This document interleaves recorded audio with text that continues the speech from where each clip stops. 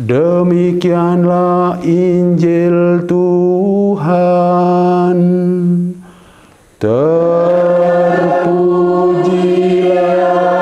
Kristus.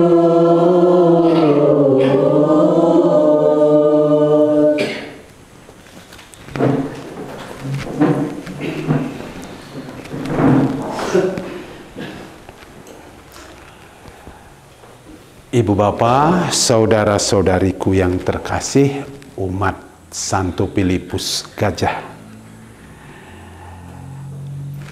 Pilkada sudah selesai, ya kan? Ada yang menang, tetapi juga ada yang kalah.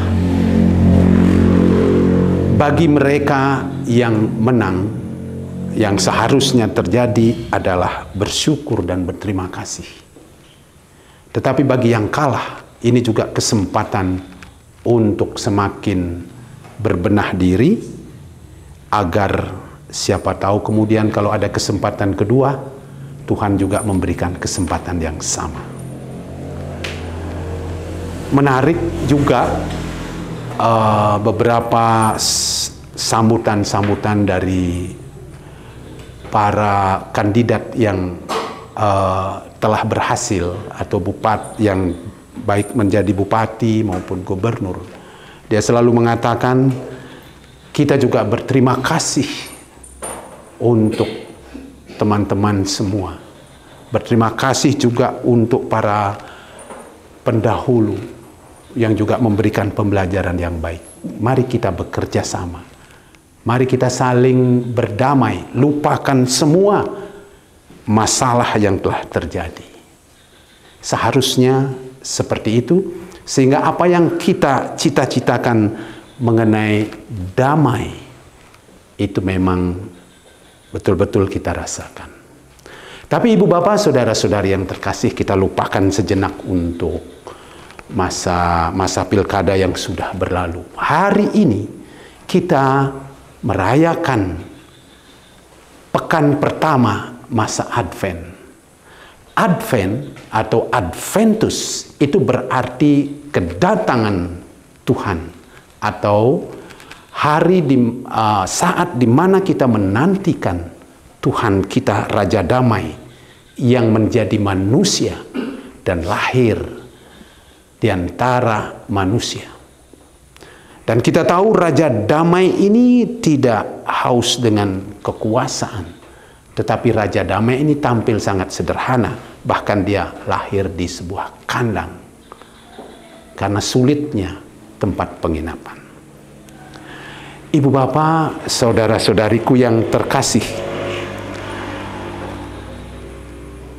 kelelahan atau kegagalan atau penderitaan itu selalu akan terjadi, bahkan bagi orang beriman sekalipun. Bukan hanya terjadi pada waktu persoalan pemilihan, pada waktu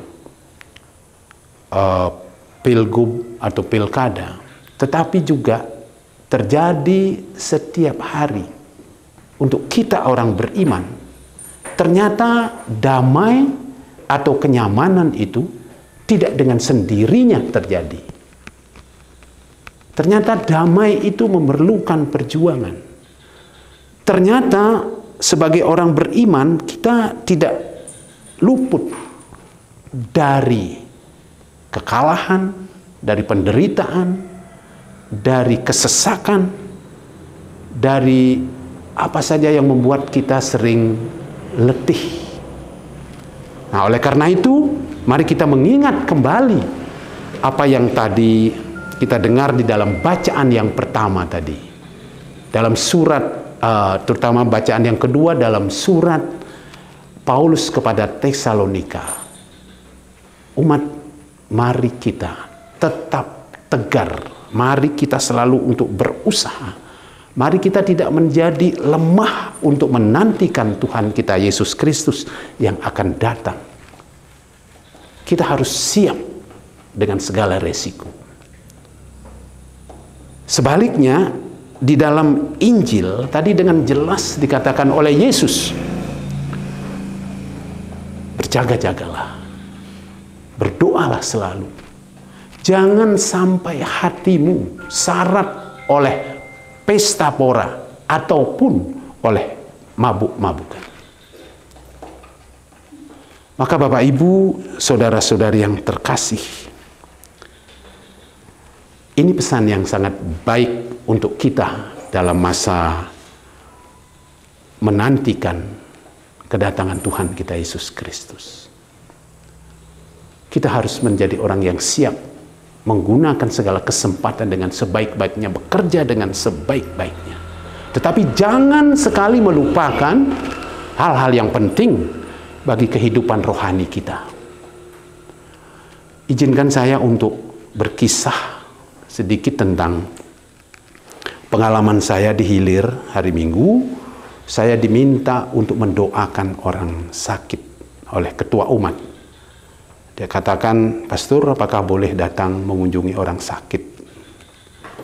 Keluarga sudah lama, sakitnya apa? Dia kena stroke." Akhirnya saya datang, lalu saya mendoakan, kemudian saya tanya, "Apakah kamu mau terima sakramen tobat? Atau kamu mau terima komuni?" Yang menjawab adalah istrinya yang dengan setia mendampinginya.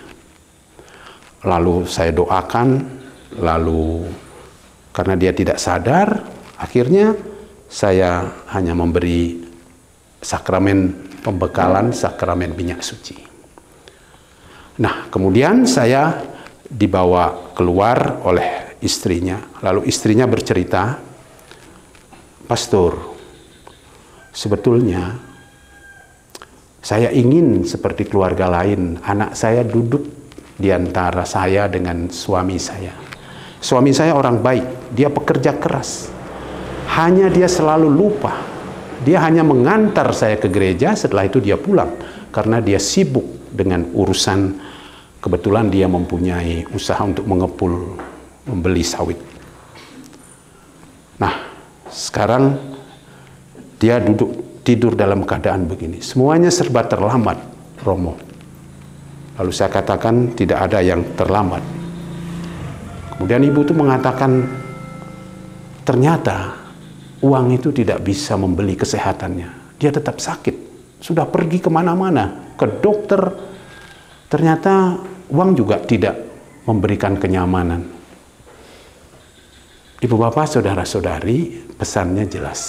Kita boleh bekerja, kita boleh mencari kehidupan lebih baik, kita boleh menumpuk uang untuk kehidupan kita.